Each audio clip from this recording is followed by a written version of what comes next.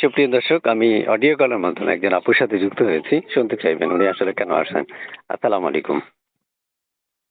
ওয়ালাইকুম আসসালাম। আপু একটু জোরে কথা বলবেন, কি নাম? আমার নামটা হইছে আসিয়া। আপুর বয়স কত আপু? আমার বয়স হইছে ২১। দেশের বাড়ি কোথায়? আমার দেশের বাড়িটা ছিল কুমিল্লা। কেন আসছেন এই ভিডিওর সামনে? এদিকে আসছি আমি একটা ভালো একটা মনের মানুষের জন্য। আপু ভালো জোরে একটা যদি একটু মানুষ জোরে পাই। একটু জোরে কথাগুলো বলেন, একটু জোরে কথাগুলো বলেন।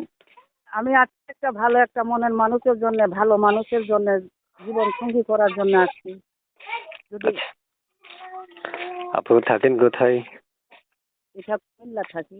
কুমিল্লা। প্রিয় দর্শক, শুনতে পেরেছেন কোথা থেকে যুক্ত হয়েছে। এর মধ্যে একটা কথা বলি, যারা আমাদের কথাগুলো শুনতে পারছেন তারা চ্যানেলটা সাবস্ক্রাইব করে আমাদের সদস্য হয়ে থাকবেন।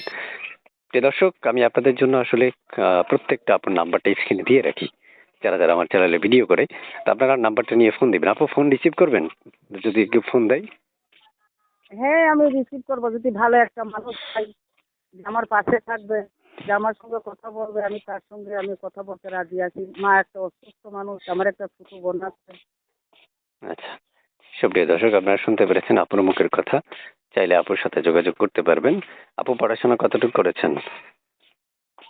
না ভাই, আমার তেমন লেখাপড়া নাই, গরিব মানুষ তো, সাধারণ একটা গরিব মানুষ, আমার লেখাপড়া নেই। আচ্ছা, সবসময় আপনাকে এই নাম্বারে পাওয়া যাবে? হ্যাঁ, সময় চাই আমাকে পাওয়া যাবে। সবসময় পাওয়া যাবে আপনাকে? জি, আমাকে সবসময় পাওয়া যাবে স্যার। নাম্বারে ইমো আছে?